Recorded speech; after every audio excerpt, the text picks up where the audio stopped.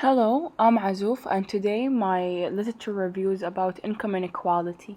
Let's take a closer look at income inequality. The rich is getting richer and the poor is getting poorer. Table of contents 1. Introduction 2. Finance and income inequality, a review on the new evidence. 3. Long-term determinants of income inequality, evidence from panel data over 1870 till 2016. 4. Income inequality, life expectancy, and cause-specific mortality in 43 European countries. From 1987 till 2008, a fixed effect study. Then 5. We have our conclusion. In this presentation, I'm going to talk about income inequality. Income inequality is how unevenly income is distributed throughout a population. The less equal the distribution, the higher income inequality is. Whether income inequality is related to population health is still open to debate. The article found that income inequality responds negatively to positive invitation shocks initially, but this effect becomes positive with some time lag for top income inequality.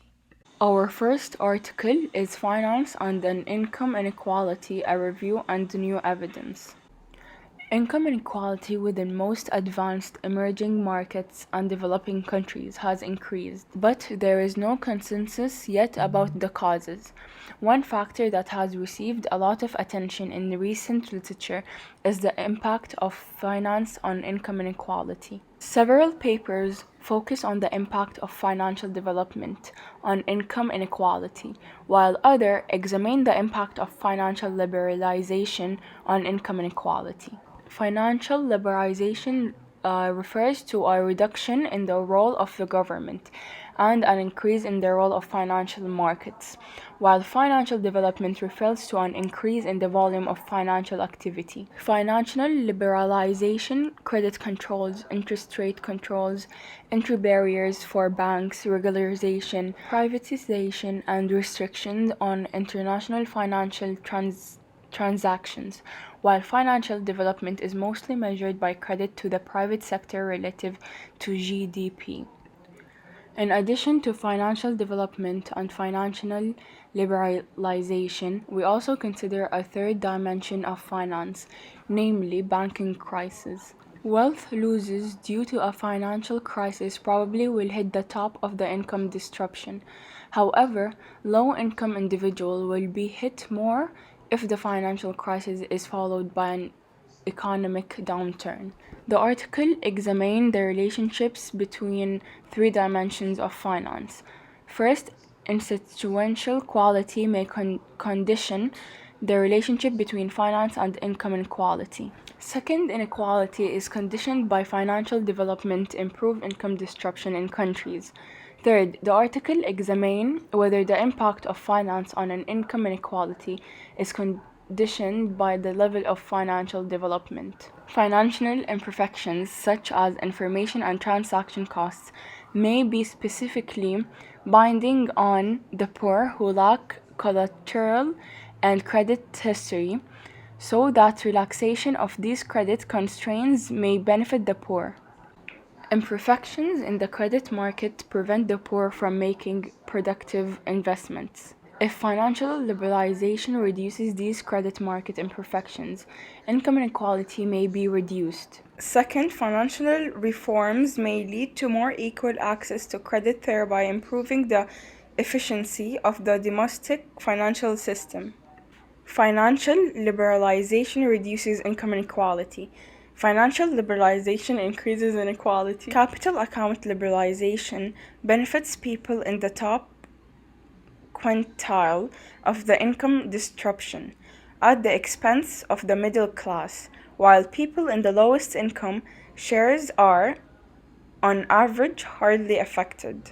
Capital account liberalization leads to larger increases in inequality in countries with a weak level of financial institutions and when they are followed by episodes of financial crisis. High or rising income inequality may cause a low-income groups to leverage in order to increase or maintain consumption level, which in turn may increase the likelihood of financial crisis. We use 5-year non-overlapping averages for 3 reasons. First, annual macroeconomic data are noisy, and this applies especially for data on income inequality. Second, the annual income inequality data in SWIID.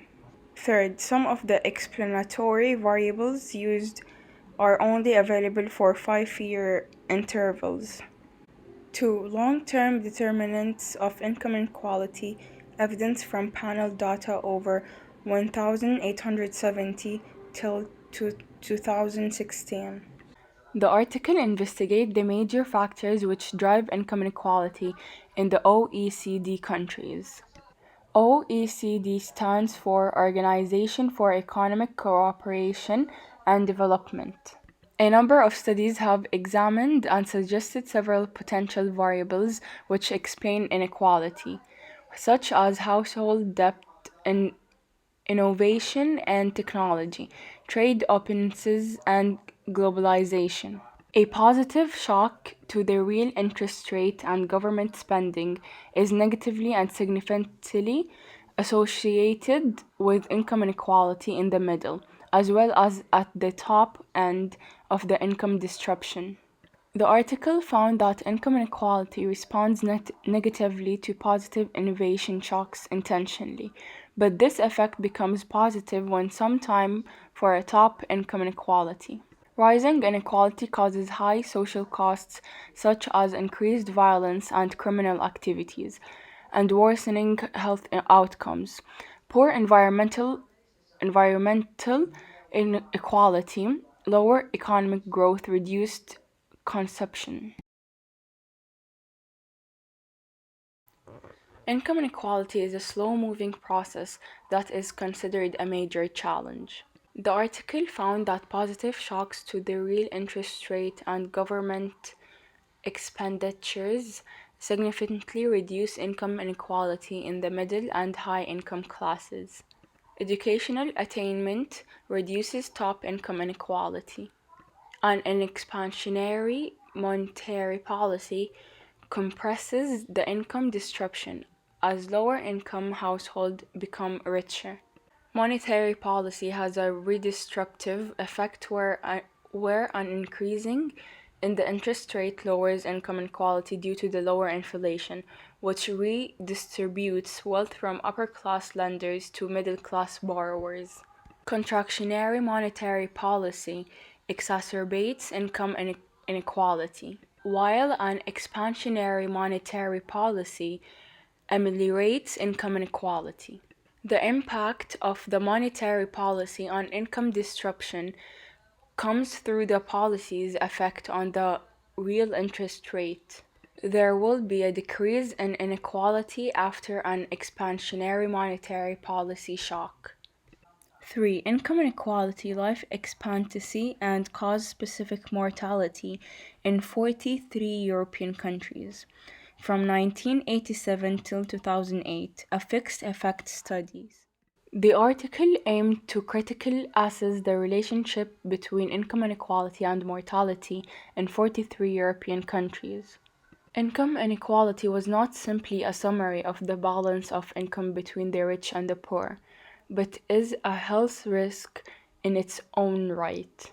The World Income Inequality Database covered the most comprehensive set of income inequality statistics. It incorporates several data sources and enables researchers to maximize comparability by choosing data based on the criteria of comparability. With some expectations, cross-sectional studies found significantly worse population health at higher levels of income inequality. A key variable potentially confounding the relationship between income inequality and mortality, and for which the majority of existing study controlled, is national income, which was measured by gross domestic product per head of population. The results of the fixed effect models can be interpreted as the relationship between annual changes in income inequality and annual changes in health outcome. The mean life expectancy was lowest in former Soviet countries, followed by countries of the Western Balkans and Central and Eastern Europe. Life expectancy of women was higher than life expectancy of men in all countries.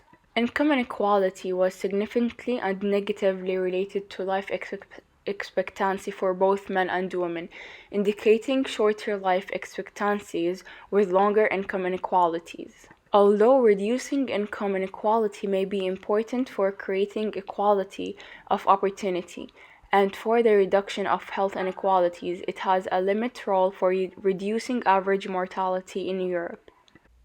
If people don't realize the importance of income inequality, we will never find solutions for this issue. Although reducing income inequality may be important for creating equality and for the reduction of health inequalities, it has limited roles for reducing average mortality. Financial development, financial liberalization, and banking crisis increase income inequality. In addition, the impact of financial liberation on inequality seems to be conducted by the level of financial development and the quality of political institutions. Thank you for listening to my presentation. In this slide, I have the references I used for this literature review. Thank you for listening.